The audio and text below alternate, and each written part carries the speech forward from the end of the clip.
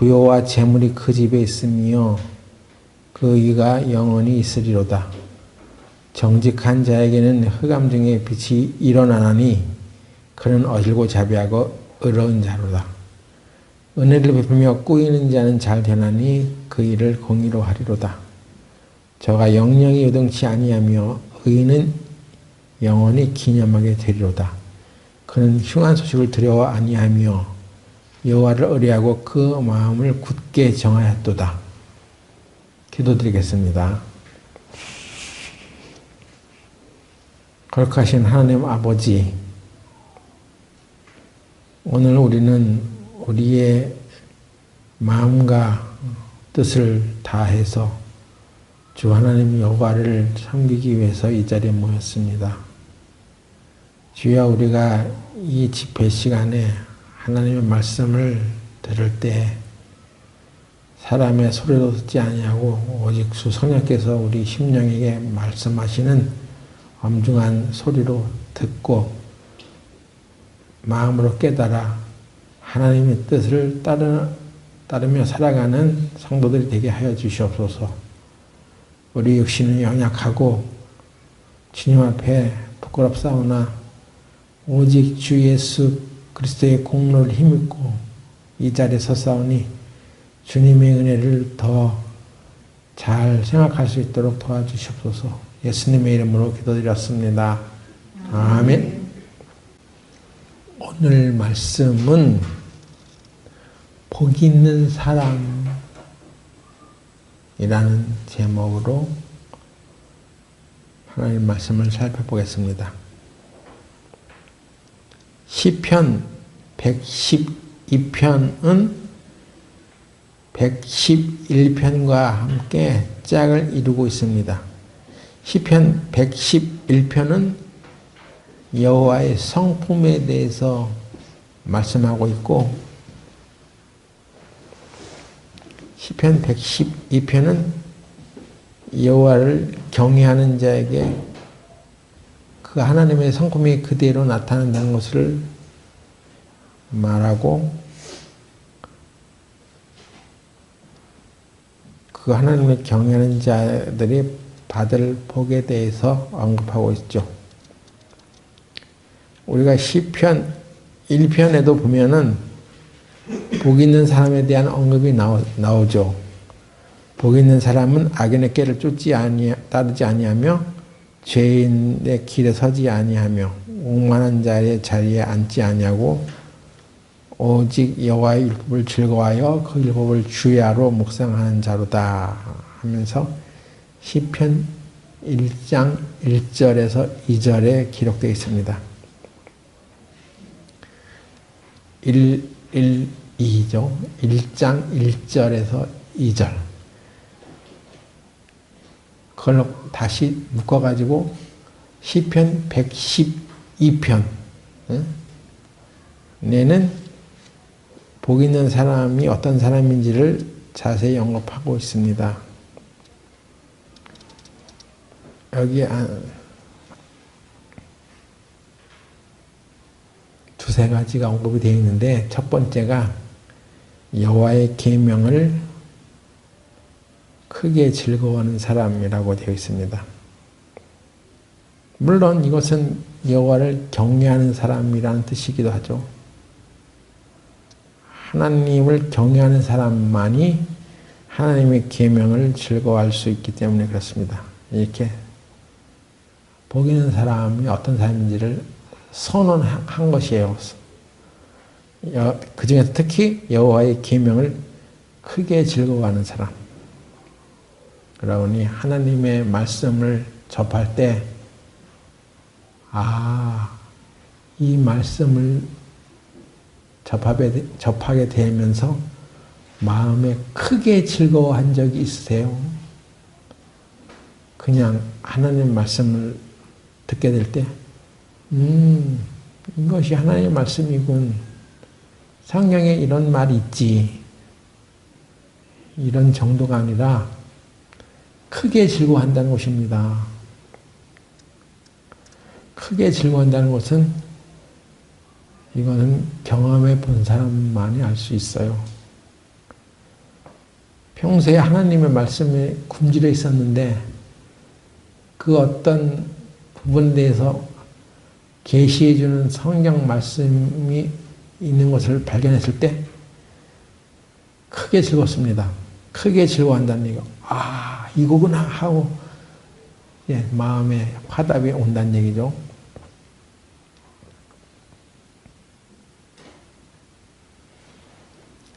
하나님의 계명을 크게 즐거워하는 것은 하나님의 말씀을 듣는 태도가 그렇다는 얘기예요.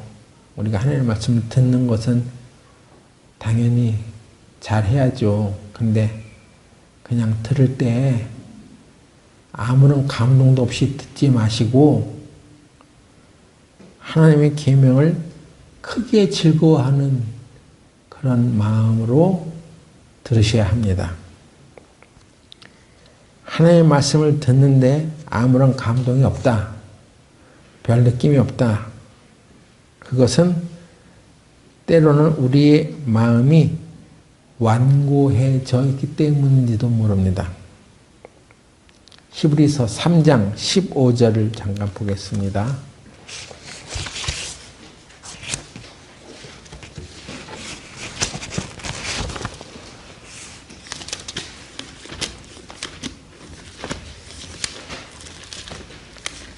히브리서 3장 15절.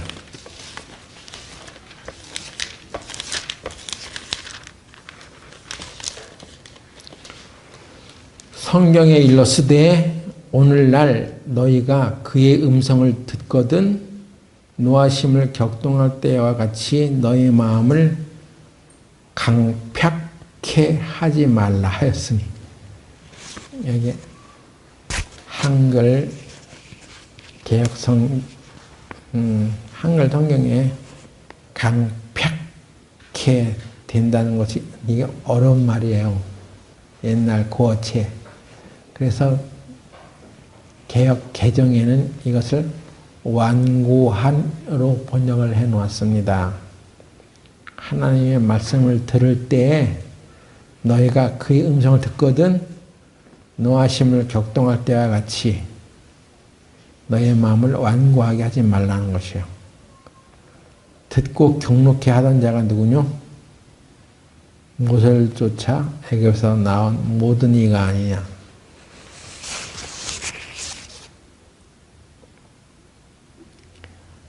하나님께서 이스라엘 백성을 가나안 땅으로 들여보낼 때 가나안 땅을 정탐하게 한 일로 인해서 일어난 사건이 여기 기록되어 있습니다. 그들은 하나님이 그들에게 허락해 주신 약속의 땅을 찾으러 갈 때 그거 하나님 말씀대로 너희들에게 주었으니 찾으러 가 그런 말 들었을 때 그들은 순종하지 않았습니다. 네, 알았습니다. 그렇게 할게요 하고 가나안 땅으로 순순하게 들어간 것이 아니라 너희가 우리를 여기 이 땅에 들여보내가지고 우리를 죽이려고 하느냐. 거기 가나안 땅에 있는 사람들은 우리보다 다 키가 크고 장대한 사람들이야. 어찌 그들을 대적할 수 있겠느냐 하고 이런 핑계 저런 핑계를 다 둘러대서 하나님의 말씀에 대해서 순종할 의지가 없었습니다. 그래서 하나님께서도 그 이스라엘 사람들이 행해왔던 그 역사 속에서의 그 모습을 교회 시대가 시작될 때 스데반이라는 사람을 통해서 설교를 했어요. 이스라엘 유대인들의 현재 상태를 지적해 줬다는 것입니다. 사도행전 7장 54절에 보면 그것이 나타나 있습니다. 사도행전 7장 54절. 스데반이라는 사람은 유대인들에게 하나님의 말씀과 또 복음을 전하는 그 설교를 한 가운데 이스라엘 역사를 아주 유연하게 정리해서 말해줍니다. 사도행 7장 1절부터 계속 보면 틀린 말이 하나도 없어요. 이스라엘 사람들이 겪어왔던 역사 그대로를 사실로 얘기했습니다. 어디 흠잡을 수 있는 얘기가 없어요. 흠잡을 데가 없습니다. 다 맞는 말이에요. 그런데 그 다 맞는 얘기를 들으면서도 유대인들아, 너희들은 하나님의 말씀을 들을 때 너희가 마음이 완고해서 그때 듣지 않았던 것처럼 지금도 역시 똑같은 일을 하고 있다. 이런 내용이거든요. 이것이. 그랬더니 뭐라고 반응하냐면 저희가 이 말을 듣고 사도행전 7장 54절 저희가 이 말을 듣고 마음에 찔려 저를 향하여 이를 갈거늘.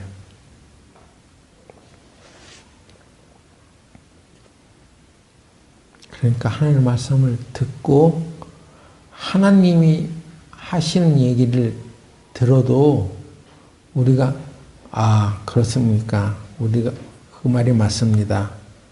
우리가 그렇게 살아왔습니다 하고 회개하는 것이 아니라 마음에 찔렸는데 찔리자마자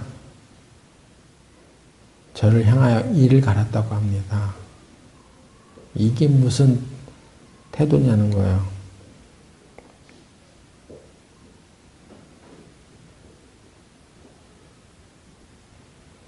NIV 성경으로 보니까 영어 성경에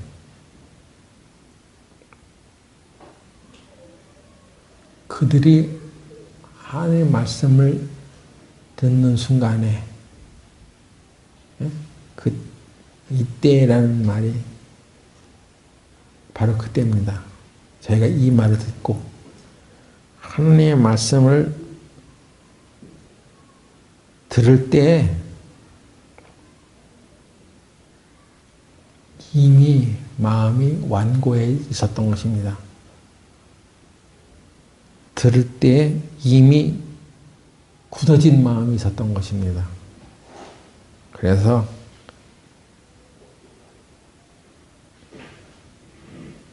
마음에 찔렸으면 우리가 정말 우리 역사가 그렇습니다. 우리 선조들의 역사가 하나님께 불순종하며 살아와서 우리가 이렇게 되었습니다.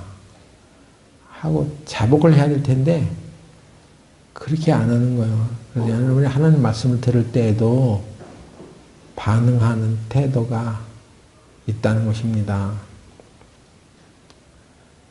잘못 얘기해서 그런 거 아니죠? 틀린 얘기해서 그런 게 아니에요. 올바른 얘기를 들었는데 마음에 굳어져 있어서 그 말씀을 듣자마자 바로 반응이 나오는 것입니다.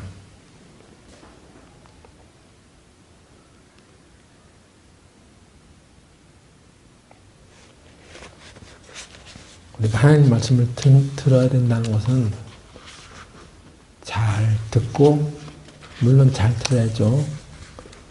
그 말씀을 듣고 순종한다는 의미가 거기 들어있어요. 하나님 말씀을 듣고 순종하지 않는 사람들의 모습을 보면 자기의 생각으로는 하나님의 말씀이 이해가 되지 않죠. 이해가 되지 않고 하나님이 하신 말씀을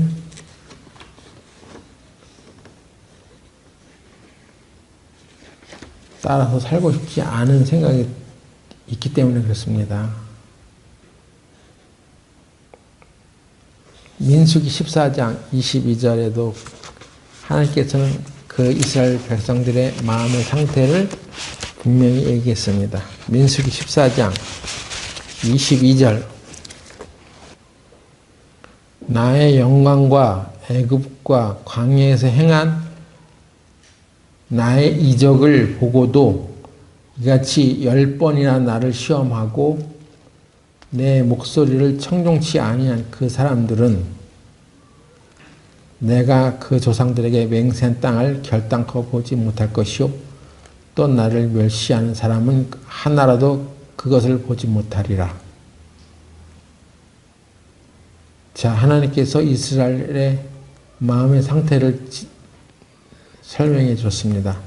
내 목소리를 청종치 아니하였다. 청종? 지난 시간에도 우리가 청종이 무슨 뜻인지를 살펴보았죠. 청, 들을 청, 들었어.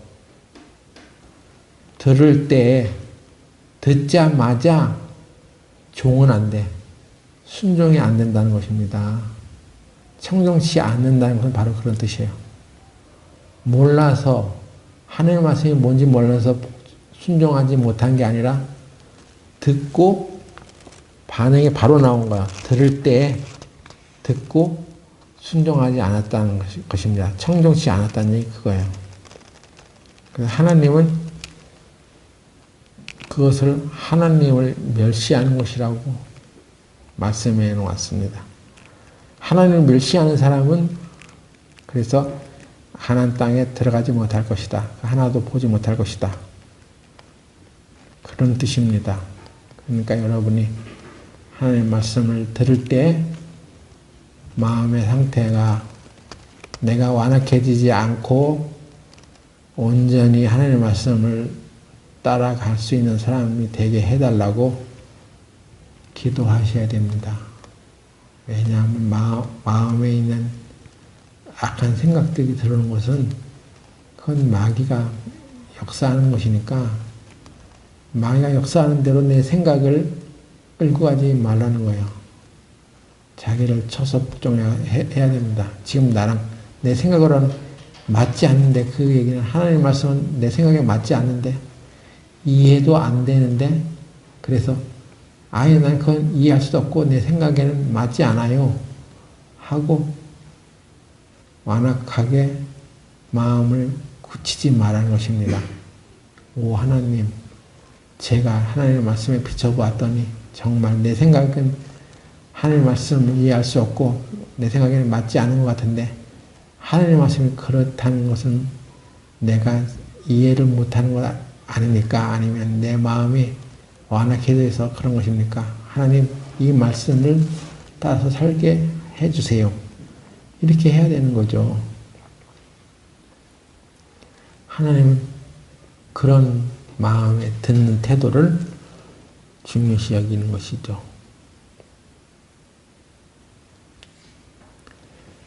(24절에) 오직 내 종 갈렙은 그 마음이 그들과 달라서 나를 온전히 쫓았은즉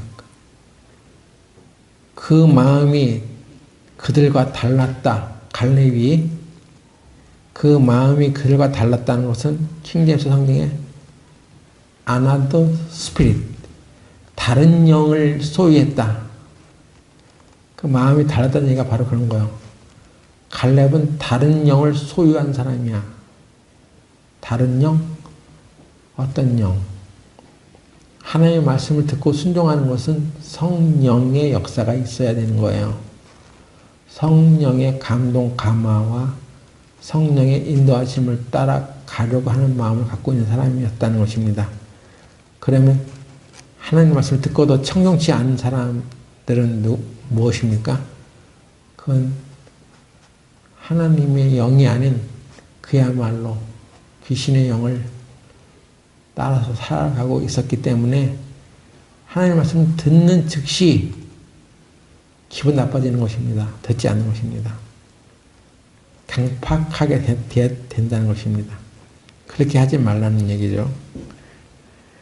여호와의 계명을 들을 때 하나님이 하신 말씀을 쭉 들을 때 내 생각과 다른 방향으로 얘기가 전해지면 아, 내 생각이 틀렸네 하고 하나님의 계명을 크게 즐거워하라는 거예요. 그런 사람이 복이 있다는 것입니다. 여러분이 하나님의 말씀 듣고 배울 때 그런 심령이 되시길 바라요. 하나님의 계명을 크게 즐거워하는 사람은 복이 있다는 거예요. 이게 복이에요. 여러분들은 다 하나님으로부터 사실은 복을 받은 사람이거든요. 우리가 하나님을 알게 됐고 믿게 됐고 하나님을 우리의 구원자라고 외치게 된 것만으로도 사실은 큰 복을 받은 사람들이에요. 복을 받았죠. 그래서 우리 세상 사람들이 복을 받았느냐 하는 것에 강하게 얘기해 줄 수 있죠. 그 세상 사람들이 말하는 복은 무슨 복이에요? 돈 많이 벌고 좋은 데 취직하고 자식들이 잘 되고 건강하고 뭐 이런 것들을 복이라고 하는 거예요. 건강이 최고의 복이지 하고 그런 내 몸의 육신, 내 건강, 또 명예, 돈 이런 것들이 우리에게 풍족해지면 그 사람은 복을 받았다고 사람들은 얘기하는데 우리 하나님의 자녀들은 그런 걸 복이라고 말하지 않잖아요. 그건 우리가 하나님의 자녀가 됐다는 것 자체가 복이란 말이에요. 그래서 복 있는 사람은 여호와의 계명을 크게 즐거워하는 사람이라는 것입니다. 물론 그 복 있는 사람의 모습에 대해서 시편 112편에는 자세히 언급하고 있습니다. 재물이 늘어나고 그 어떤 형통해진 몇 가지 얘기들이 있는데 그걸 복이라고 하지 않는 거죠. 그건 복받은 사람에게 주어지는 어떤 모습들이고 진짜 복은 하나님의 말씀을 크게 즐거워하는 사람이라는 것입니다.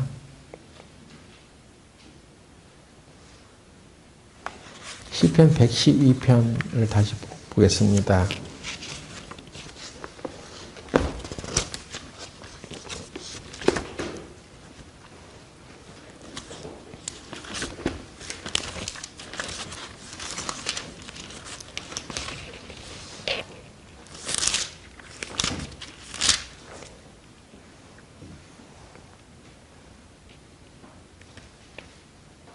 (112편) 3절 부요와 재물이 그 집에 있으며 그 의가 영원히 있으리로다. 이런 것들이 일어난다는 거죠. 이건 복받은 자의 결과이죠. 결과라는 거지 이 자체가 복은 아니라는 거예요. 복은 앞에서도 언급된 여호와를 경외하며 그 계명을 크게 즐거워하는 자는 복이 있으리로다. 그것입니다. 두 번째 시편 112편에 복 있는 자는 어떤 사람이라고 했냐면 5절에 나타나 있습니다. 112편 5절 은혜를 베풀며 꾸이는 자는 잘 되나니 그 일을 공의로 하리로다. 자, 여기에 은혜를 베풀며 꾸이는 자가 잘 된다는 얘기가 잘 돼. 그 하는 일이 잘 되고 그 복을 받는다는 것입니다. 복받은 사람의 두 번째 모습이 바로 은혜를 베풀며 꾸이는 자.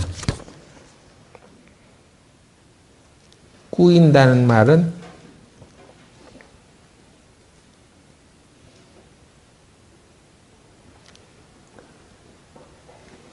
개역 개정에 보면 꾸어주는 자 이렇게 번역이 되어 있고 영어 성경 NIV 성경에 보면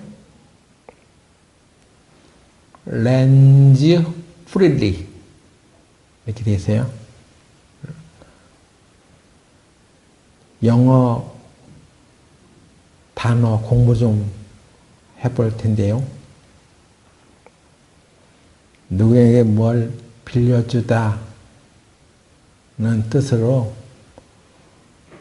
lend, L-E-N-D라는 단어를 사용했습니다.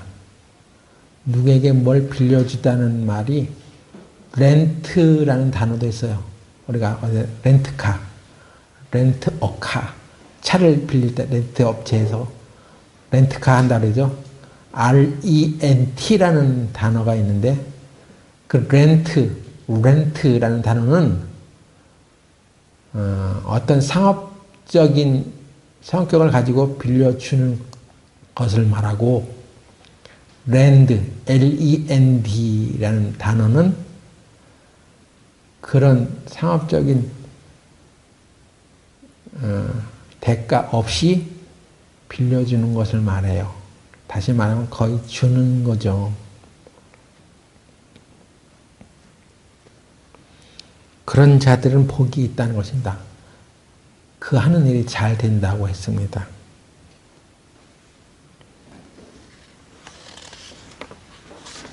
그래서 lend freely, freely는 F-R-E-E-L-Y, 거저, 공짜로, 이런 뜻이에요. 거저 빌려주는 사람은 복이 있다는 그런 뜻이 됩니다. 만일에 우리가 누구에게 어떤 물건이나 어떤 재물을 빌려줄 때도, 그래서 우리는 내가 이만큼 빌려줬으니까 거기에 대한 이자를 쳐가지고 다시 돌려받으려고 하는 것보다는 freely, 거저 빌려주는 사람이 복이 있는 것입니다. 누가복음 14장 13절 보시면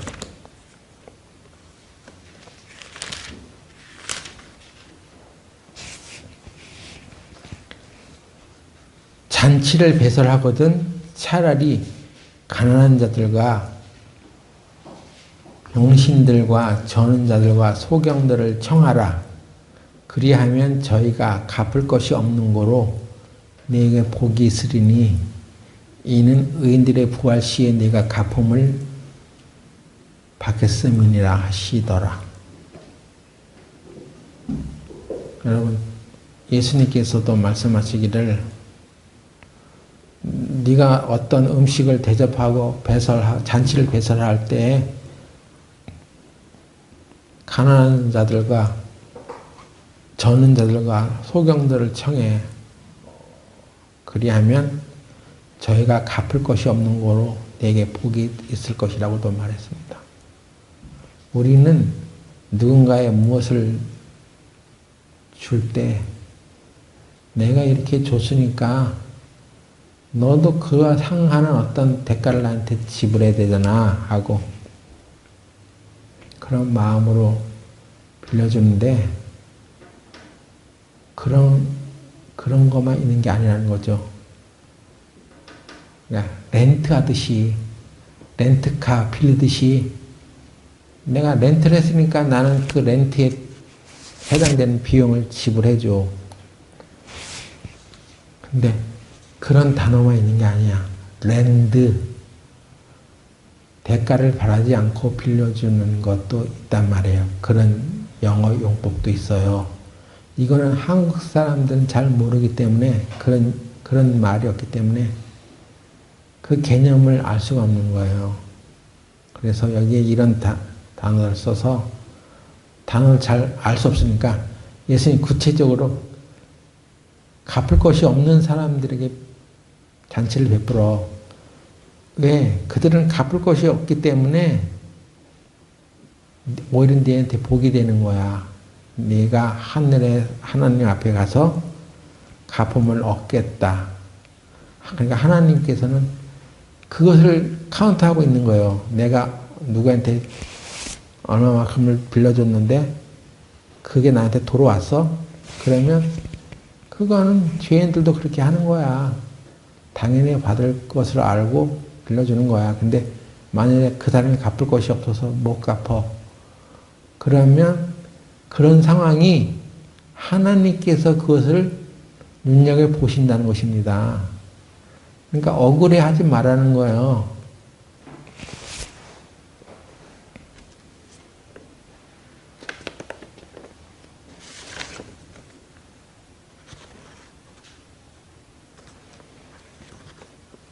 갚을 것이 없는 사람에게 빌려주라고 하는 얘기는 우리 생각에 맞지 않죠.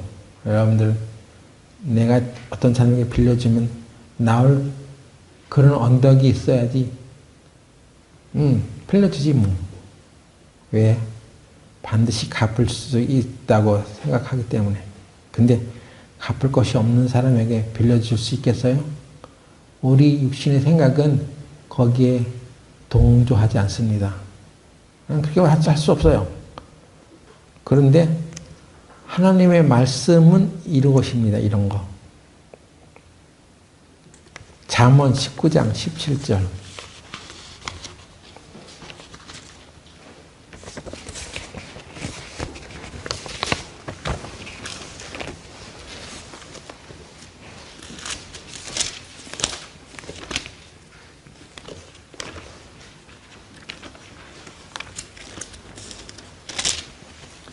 장 17절에 가난한 자를 불쌍히 여기는 것은 여호와께 꾸이는 것이니 그 선행을 갚아주시리라.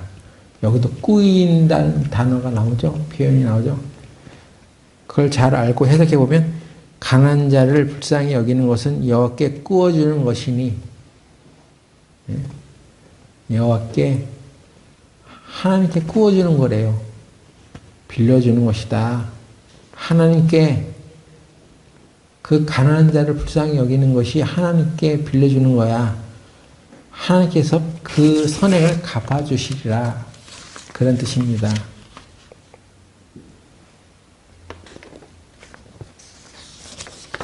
우리가 복음을 전하는 교회사에 중국에서 복음을 전하는 일을 했던 선교사 허드슨 테일러라는 사람이 있습니다. 허드슨 테일러가 중국의 내지 아주 골짜기까지 들어가가지고 복음을 전했어요. 중국은 그때 청나라 말기 때였기 때문에 변발을 하고 다녔습니다. 그런데 이 사람은 중국인들에게, 현지인들에게 복음을 부담 없이 전해주려고 외국인 영국 사람인데도 불구하고 자기가 변발을 직접 해. 그래가지고 따은 머리를 하고 복음 전하러 다녔다고 합니다. 그래서 가난하고 못 사는 그 당시 중국 사람들에게 복음을 전하는 그런 헌신을 했던 사람이에요. 근데 영국에도 그 당시 세계에서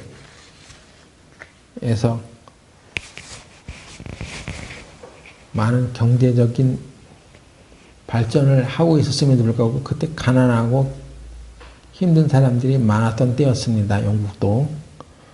허드슨 테일러 선교사가 어느 날 가난한 집을 방문하게 되었습니다.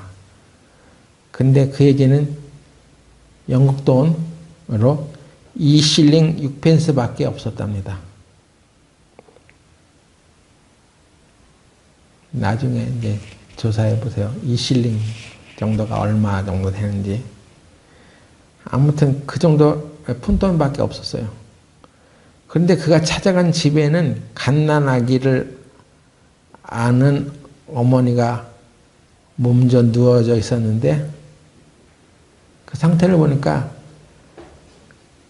그들의 상태는 하룻밤을 넘기기 매우 힘들어 보일 정도로 먹지 못해서 배고파 있었고 아기도 배고파서 울고 있었답니다. 하룻밤을 넘기기가 매우 힘들어 보였대요. 그래서 그는 속으로 내가 가진 돈이 3실링 6펜스라면 이 가난한 여인에게 1실링을 기쁘게 줄 텐데 하고 생각했습니다. 나는 지금 2실링 6펜스밖에 없어. 나한테 정말 꼭 필요한 돈이거든. 근데 나에게 한 3실링 6펜스만 있으면 1실링을 줄 텐데. 그런 생각했다는 얘기죠. 그리고 아기 엄마에게 낙심하지 마십시오. 하늘에는 자비롭고 사랑 많으신 아버지가 계십니다. 라고 권면했답니다. 하지만 그의 마음속에는 이런 소리가 들렸습니다. 마음속에 이 위선자야. 이 사람들에게 사랑 많으신 하나님을 운운하면서 너는 네 주머니에 있는 돈을 움켜쥐고 있느냐? 그런 소리가 계속해서 들려왔답니다. 양심의 가책을 받은 그는 아기 엄마에게 자기가 갖고 있던 돈 전부를 꺼내주었습니다. 그래서 성령의 음성을 듣고 자기의 호주머니에 있었던 2실링 6펜스를 다 주고 나왔답니다. 양심의 가책을 받은 그가 자기 주머니에 있는 돈 전부를 꺼내 주었지만 가진 것이 없어진 그는 그 단칸방을 걸어 나오면서 자기의 빈주머니에 하나님의 성령이 가득 담기는 것을 느꼈답니다. 그만큼 발걸음도 가벼웠다는 거죠. 그리고 집으로 돌아오는 길에 이렇게 기도했습니다. 사랑하는 하나님, 하나님께서는 가난한 자에게 주는 것은 여호와께 꾸이는 것이라고 말씀하셨죠. 이게 잠언 19장 17절 이것을 떠올린 것입니다. 나 지금 가난한 자에게 나눠줬어요. 근데 이건 하나님께 빌려주는 것이라고 했죠. 이번에 빌려드린 것이 오래 가지 않게 해주세요. 그렇지 않으면 저는 내일 당장 점심을 굶어야 합니다. 이렇게 기도했다는 거죠. 그랬더니 다음날 아침에 그에게는 10실링짜리 금화 하나가 우편으로 우송되었답니다. 10실링?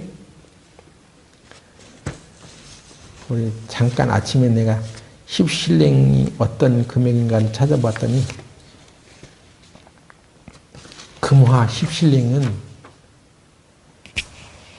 20실링 정도면 금화 20실링은 일반 노동자가 일주일 주급에 해당된대요.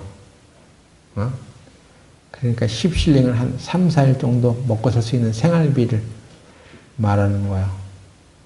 자기는 2실링 6펜스를 가난한 사람에게 주고 나왔는데 그래서 당장 내일 점심 먹을 것도 없었는데 하나님 하신 그 계명을 생각해서 그걸 떠올리고 하나님께 청구했더니 하나님이 그 다음날 10실링 그거에 5배나 되는 금액을 자기에게 보내줬다는 것입니다. 누가 보내줬는지는 자기는 알 수가 없죠.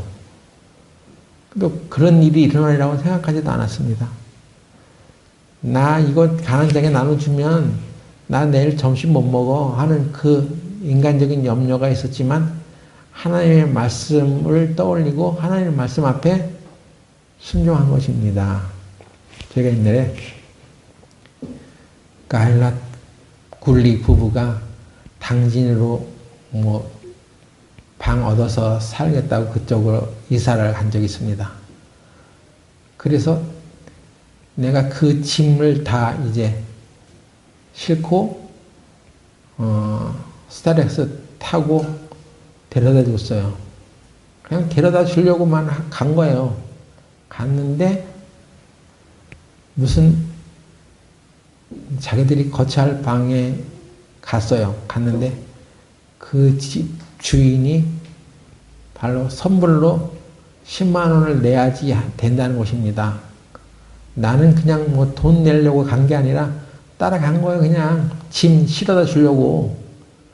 근데 이 가일랏 부부가 돈이 없는 거예요.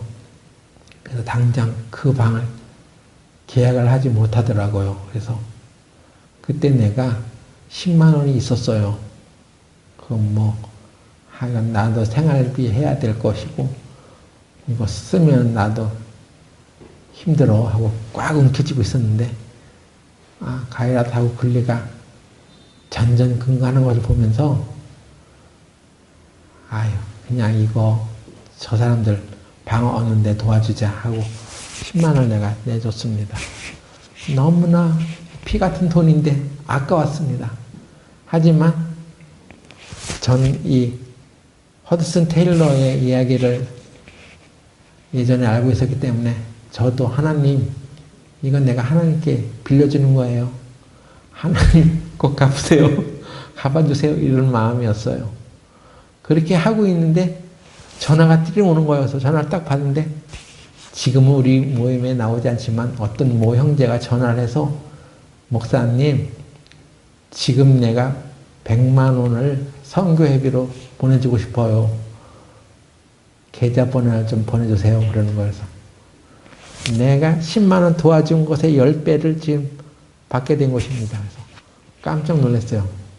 나는 지금 10만 원 가격 부들부들 떨면서 아까워가지고 그거 내줬는데 하나님은 그런 나의 상황을 보시고 걱정 마라 이거사. 내가 너한테 다 갚아주잖아. 가난한 자를 도와주는 것은 하나님께 구워주는 거야. 하나님이 갚아주셔. 그것을 나에게 체험하게 했습니다. 그래서 제가 100만 원 받아가지고 맛있는 거 사 먹습니다. 생활비 보탬이 됐어요. 그런 경험을 한 적이 있습니다. 우리가 누구에게, 가난한 자들에게, 갚을 것이 없는 자에게 처음에는 갚을 것이 있을 것이라고 해서 빌려줬는데 못 받는 경우도 있죠. 그러면 하나님이 해주신 말씀을 떠올리세요. 가난한 자들을 불쌍히 여기는 것은 여호와께 구워주는 거야. 렌드 하는 거야. 프리리, 거저 주는 자는 하나님이 갚아주신다는 것입니다. 언제, 어느 때, 어떤 모습으로, 어떤 형태로 갚아줄지는 잘 모르죠. 근데 내가 생각하지 못했던 방법으로 또 알지 못했던 것들을 나에게 부어주신 것입니다. 갚아주신 것입니다. 그걸 받았을 때, 아, 이건 하나님이 주신 것이라는 강한 감사가 일어나야 되는 것입니다. 이거 그냥 내가 당연히 받을 돈이야 하고 욕심을 갖지 말라는 거예요. 그런 은혜를 맛보았으면 더 하나님께 감사하고 아 이렇게 살아가라고 하는구나 하고 하나님의 뜻을 받아들여야 합니다. 저도 교회 안에서 여러 형제 자매들에게 감사하게 재물을 빌리고 또는 그런 것을 한 적이 있어요. 근데 그때마다 하나님께서 기쁜 마음으로 나에게 빌려줬던 형제들은 또는 교회 식구들은 나는 충분히 하나님께서 어떤 방법이든지 갚아주시고 보상해 주셨다고 생각합니다. 그 사람들이 나에게 직접 다 자세하게 얘기하진 않아도 나는 하나님이 그렇게 갚아주시기를 기도했고 그 말씀이 사실한 것을 믿기 때문에 나와 같은 체험들을 다 누리고 계실 줄로 알아요. 우리들이 노력하지 않았는데 우리에게 재물이 아닌 것 같았는데 우리에게 들어온 공급이 분명히 있을 것입니다. 그런 것이 없다면 하나님 말씀은 틀린 거죠. 하나님은 은혜롭고 자비로우신 분이 아니죠. 그냥 이것은 성경에만 있는 얘기입니까? 예? 그런 것 아니잖아요. 실제잖아요. 그래서 하나님께서는 여러분들에게 분명히 하나님 말씀대로 한 일에 대해서는 하나님께서 갚아주시는 것이 분명히 있다고 생각 들어집니다. 그리고 갚을 것이 없는 사람에게 잔치를 배설했어도 하나님은 그건 예수 그리스도의 날에 반드시 갚아주신다고 했기 때문에 반드시 그 말씀대로 됩니다. 여러분 하나님을 감사하게 생각하고 우리를 다 지켜보고 계시다는 것을 명심해야 됩니다. 그래서 우리가 하나님을 믿을 때 진실하게 믿어야 된다는 얘기예요. 시편 112편 마지막으로 세 번째 우리가 복 있는 사람은 어떤 사람이냐면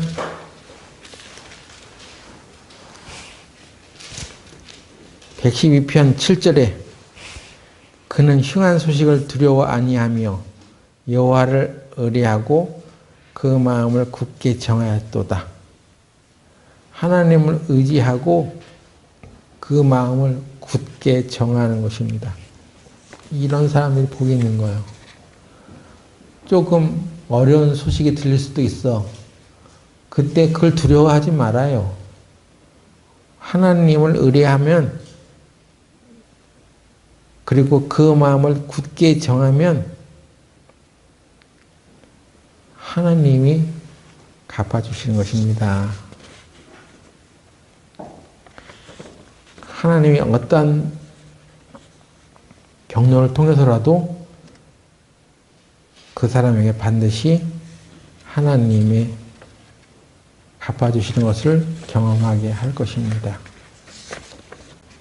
여호와를 의뢰하고 그 마음을 굳게 정한다는 것은 우리가 하나님을 경외해야 하는 마음을 가지고 있으면 그것을 끝까지 마음을 흔들지 말고 그렇게 가야 되는 거예요. 아브라함이 자기 아들 이삭을 바칠 때 하나님께서 실제로 아브라함이 그 아들 이삭을 어렸을 때 아주 어린 아이를 바친 게 아니에요. 어느 정도 성인 됐을 때 한 30세 이상 정도 됐을 때 아브라함이 이삭을 끌고 모리아 산으로 간 거거든요. 그러니까 하나님 주신 아들, 100세 얻은 아들, 기적적으로 얻은 아들을 30년 이상 키웠는데 키우면서 얼마나 그 아들에 대한 사랑도 커갔겠습니까? 30년 그런 귀한 아들을 키워가면서 아들에게 많은 사랑과 또 정을 쏟아부었겠죠. 태어나자마자 어린아이, 갓난아이 때 아브라함이 이삭을 드린 게 아니에요. 키워가면서 아주 그냥 그 자식을 애지중지 키웠죠. 그리고 키워가면서 정도 많이 쌓였을 것입니다. 그런데 그 소중하게 여기는 그 아들을 번제로 드리려고 하는 순간에 하나님께서 개입하셔서 아브라함아, 네 칼을 거두어 그 아이에게 아무 짓도 하지 마라. 네가 정녕 나를 경외하는 줄을 내가 이제야 알겠노라. 이렇게 말했습니다. 너희 아들을 아끼지 아니한 것, 그냥 말로만 저는 하나님을 경외합니다. 경외하는 사람이에요. 이렇게 한 게 아니라 마음을 굳게 정하고 하나님을 경외해 나갔을 때 하나님께서는 아브라함에게 이게 바로 믿음의 조상이야. 믿음이 바로 이런 거야 하는 것을 나타내 주셨습니다. 그러니까 우리가 하나님 앞에 하나님을 경외하는 사람으로 살겠다. 마음을 굳게 정했으면 말로 번복을 하면 안 됩니다. 말로 그걸 다 까먹는 그런 일을 해서는 안 됩니다. 하나님을 경외합니다 해놓고 말로 다 까먹으면 안 된단 말이죠. 말라기서를 한번 봅시다. 말라기서 3장 16절. 네. 말라기서 3장 16절에 보면 그때 여호와를 경외하는 자들이 피차에 말하매 여호와께서 그것을 분명히 들으시고, 하느님은 하나님을 경외하는 자들이 말하는 것을 다 들으세요. 분명히 들으시고 여호와를 경외하는 자와 그 이름을 존중히 생각하는 자를 위하여 요 앞에 있는 기념책에 기록하셨느니라. 여러분이 하나님을 경외하면 하나님께서 그들이 하는 말을 하나님께서 들어주신 거예요. 그것을 기념책에 기록해 놓으셔. 내가 만일 하나님을 경외하는 것으로 인해서 어떤 희생이 따를 때, 내가 그 말 괜히 했어. 이렇게 해서 그 엉뚱한 소리 하면 그 엉뚱한 말이 그대로 기록되는 거야. 아브라함이 이삭을 드릴 때, 내가 왜 그걸 드려야 됩니까? 하나님도 참 무심하시지. 30년 동안 내가 키워온 이 자식이 너무 소중한데 이걸 왜 번제로 드리라는 거예요 하면서 막 원망하는 말 쏟아내면 그거 하나님께 들으시고 다 기념책에 기록해 놓는 거예요. 아브라함이 이삭을 바칠 때 한마디도 원망하는 말 안 했죠. 자기 아들에게 야 우리 저기 가서 예배 드리러 가자. 아버지 번제하는 그 나무는 있는데 번제물은 어디 있어요? 그러니까 아브라함이 한 말이 뭐예요? 여호와께서 친히 준비하시리라. 거기에 어떤 푸념이나 원망하는 말을 하지 않았습니다. 그리고 그 말을 그대로 듣고 쫓아간 이삭과 함께 하나님 제단 앞에 섰을 때 그들에게는 분명히 하나님이 그들의 말을 존중하게 여겼기 때문에 기념체에 기록해놓고 이삭을 죽이지 마. 그리고 봤더니 수풀에 걸린 수양 하나를 만나게 됐다는 거죠. 이렇게 하나님을 경외하는 사람들은 그 말을 하나님이 다 듣고 계세요. 그러니까 말 조심해야 됩니다.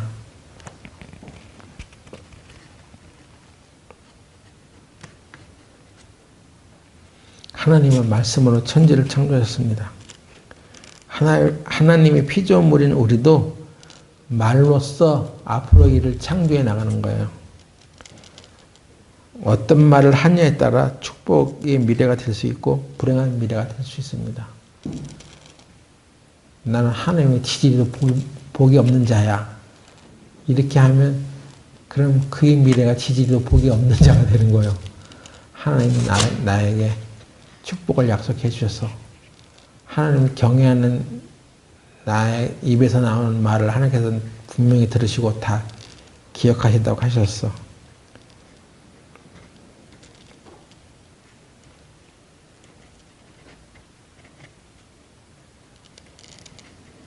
그 경외하는 사람, 하나님을 경외하는 사람을 하나님은 분명히 기억하십니다. 그리고 말라기서 4장이 뭐라고 되어 있습니까? 4장 2절에 내 이름을 경외하는 너에게는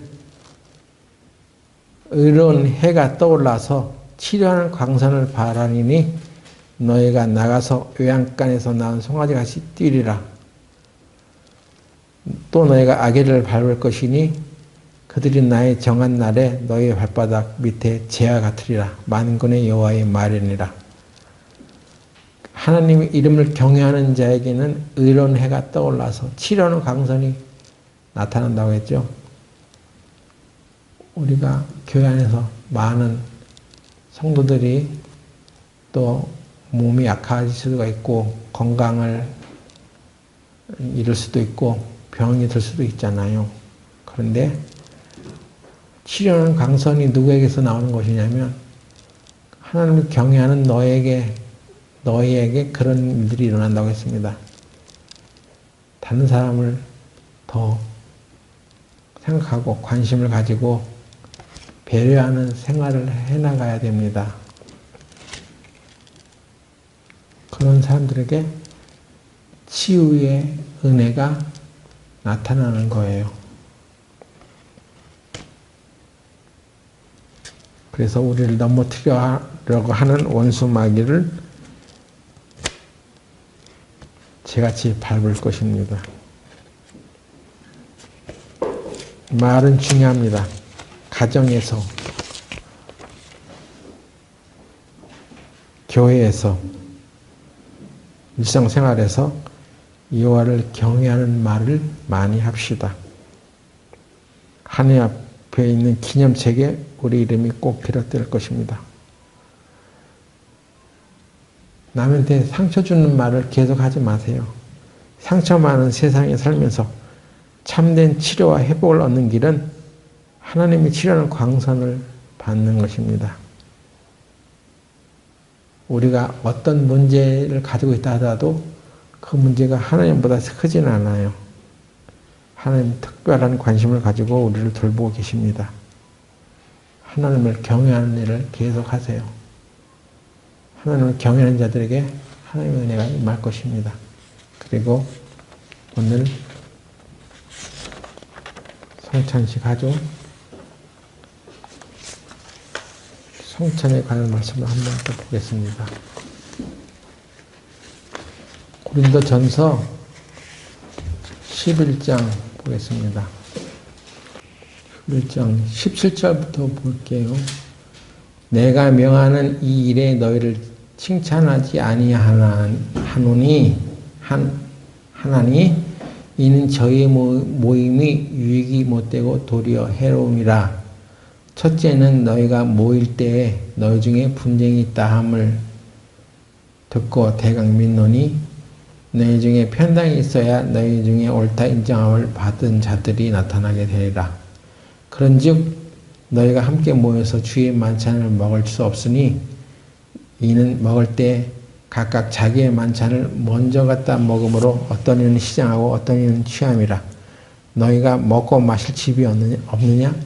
너희가 하나님의 교회를 업신여기고 빈궁한 자들을 부끄럽게 하느냐? 내가 너에게 무슨 말을 하랴? 너희를 칭찬하랴? 이것으로 칭찬하지 않노라. 내가 너에게 전하는 것은 주께 받은 것이니 곧 주 예수께서 잡히시던 밤에 떡을 가지사 축사하시고 떼어 가라사대 이것은 너희를 위한 내 몸이니 이것을 향하여 나를 기념하라 하시고 식후에 또한 이와 같이 잔을 가지시고 가라사대 이 잔은 내 피로 세운 새 언약이니 이것을 향하여 마실 때마다 나를 기념하라 하셨으니 너희가 이 떡을 먹으며 이 잔을 마실 때마다 주의 죽으심을 오실 때까지 전하는 것이니라. 네, 성찬식이 어떤 의도로 제정됐는지를 자세히 설명해 주고 있습니다. 성찬은 고린도교에서 이 성찬을 잘못해가지고 징계를 받는 일이 일어났기도 했습니다. 그것이 뭐냐면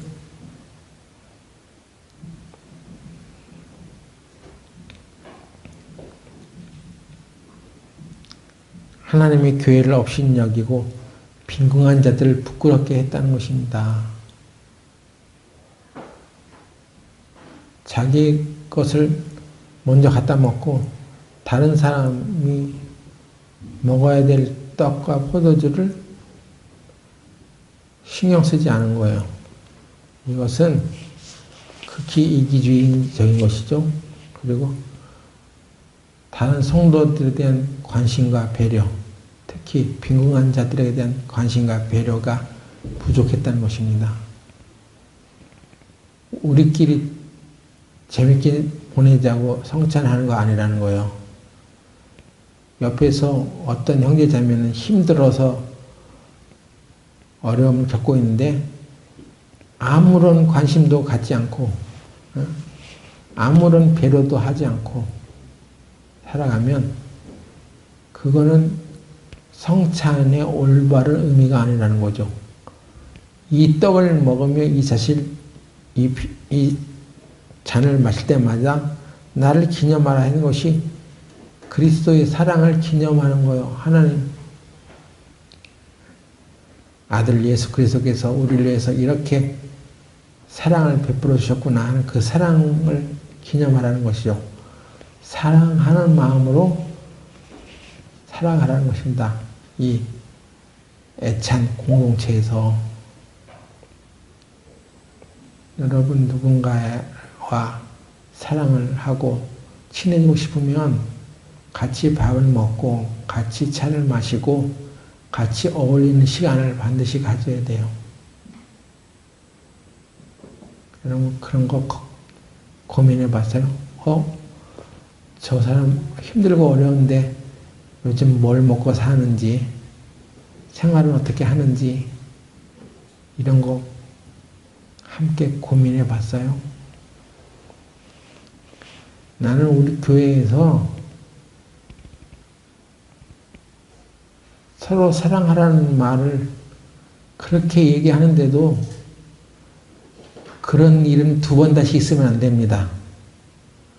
그렇게 말하는 사람도 있었다는 것에 대해서 아주 마음이 아파요. 누군가 힘들고 어려운 상황에 처해 있는데 그를 돕자고 하니까 다음부터는 이런 일이 있으면 안 됩니다. 그럼 뭐 하는 거예요? 서로 사랑하자는 거예요? 뭐요? 서로 미워하자는 거예요? 교회는 그런 말이 일어나면 안 됩니다. 더 못 도와주고 더 살펴주지 못한 것에 대해서 부끄러워해야지 나한테 그런 어려운 소리 하지 마세요. 그런 어려운 소리 나한테 하지 마세요 하면서 매몰차게 살아가지 말라는 것입니다. 그것이 예수님을 기념하는 생활은 아니에요. 성찬을 하면서 예수님을 기념하라는 것이 예수님이 나를 위해서 십자가에서 못 박혀 주셨지.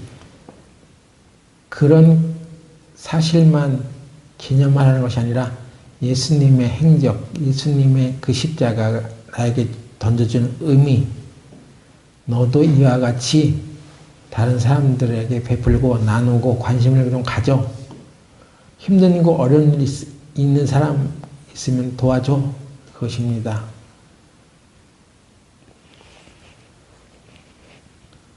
이 부분에 대해서는 할 얘기도 많지만 여러분 각자 마음속에 성령 주시는 그런 깊은 깨달음으로 돌이키시길 바랍니다. 각자 마음속으로 그래서 주님을 기념하면서 성찬에 참여하시기 바랍니다. 기도하고 마치겠습니다. 하나님, 오늘 우리는 복 있는 자의 모습과 주를 기념하라고 하셨을 때 무엇을 기념해야 하는지를 배웠습니다. 우리가 오늘 성찬을 나눌 때 예수님의 몸과 피를 기념하고 서로 사랑하라는 주님의 계명을 잘 따라가는 교회가 되게 하여 주시옵소서. 예수님의 이름으로 기도드렸습니다. 아멘.